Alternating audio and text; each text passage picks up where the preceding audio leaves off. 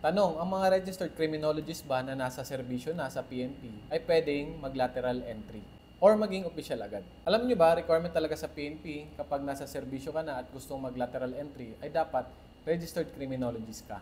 Pero maliban dyan, may iba pang requirement. Tara pag-usapan natin.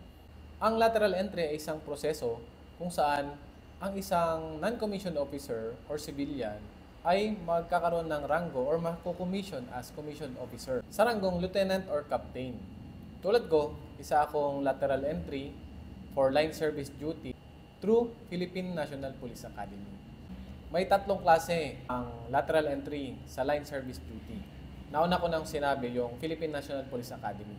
Ang pangalawa ay line service officers for Special Action Force and Mobile Forces. At ang pangatlo naman ay other police function. Ano bang requirements para maging line service officers sa SAF and Mobile Force? Ang requirement dito ay registered criminologist, nakapag-serve na sa Special Action Force and Mobile Forces ng 5 taon, graduate ka ng SAF Commando Course or Basic Internal Security Operation Course, not more than 30 years old, at panghuli, dapat naipasa mo yung huling 2 physical fitness test mo.